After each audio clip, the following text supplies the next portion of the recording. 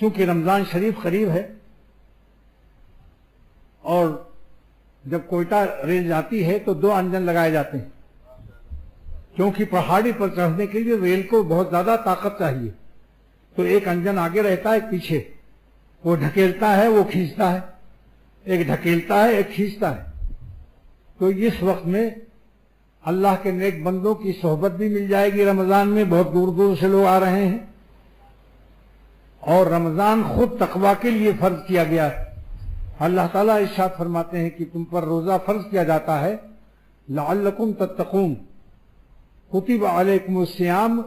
روزے کی فرضیت کا راز یہ ہے، بھوکوں پیاسے مارنا نہیں ہے، لعلکم تتقون، تاکہ تم متقی ہو جاؤ۔ تو ایک مہینہ زمانہ رمضان کا تقوی ساز ہے، اور صحبت صالحین خاص کر شیخ کے ہاں چلہ لگا لینا تو ڈبل انجن لگ گیا نا۔ اللہ تعالیٰ ارشاد فرماتے ہیں کہ اے ایمان والو، اگر تقوی چاہتے ہو تو اپنے مرشد کے پاس، اہل تقوی کے پاس ایک زمانہ رہ لو، کونوا مع صادقین، اتنا رہ لو کہ انہی جیسے ہو جاؤ، اور اگر مثل شیخ نہیں ہو رہے ہو تو تمہارے دال میں کچھ کالا ہے، تم مخلص نہیں ہو، خائن اور چور، نظر کے چور پر نہیں رکھتے ہیں تاج ولایت، جو متقی نہیں ہوتا اسے ولی نہیں کہتے۔ خاص کر ان لوگوں کے لیے جنہوں نے اپنی جوانی میں اپنے ماحول سے متاثر ہو کر حسن پرستی کی ہے، اور اس وقت ان کو کالج کے زمانے میں فرسٹ ایئر کی قید نہیں ہے، second year, third year, fifth year, fourth year, سب کوئی بھی ایئر ہو، مگر ایئر ہوسٹس سے بچا ہو، اس کی تقوی کی ہوا نہ نکلی ہو۔ تو جن لوگوں نے جوانی میں یا جوان ہونے سے پہلے ہی چوٹ کھا گئے، نفس شیطان کا چوٹ کھا گئے، تو آپ بتائیے کہ جہاں چوٹ لگ جاتی ہے اور خون نکل آتا ہے، اگر دوبارہ وہاں چوٹ لگ جائے تو جلد خون نکل آئے گا یا نہیں؟ وہ کھال نازک اور کمزور ہو جاتی کہ نہیں؟ لہذا ان کے ایسے حساس اور چوٹ خوردہ صوفیوں کے لیے جو کسی زمانے میں چوٹ کھا چکے ہیں حسینوں کے عشق کا، ان کو انتہائی ضرورت ہے کہ وہ اچانک نظر سے بھی بچیں۔ ہلکا ہتھوڑا بھی لگ جائے گا تو بھی ان کا خون نکل آئے گا، لہذا اچانک نظر جو معاف ہے اس سے بھی احتیاط کریں، کیونکہ جو نظر معاف ہے، اچانک نظر معاف ہے، کیونکہ ارادہ نہیں تھا، اچانک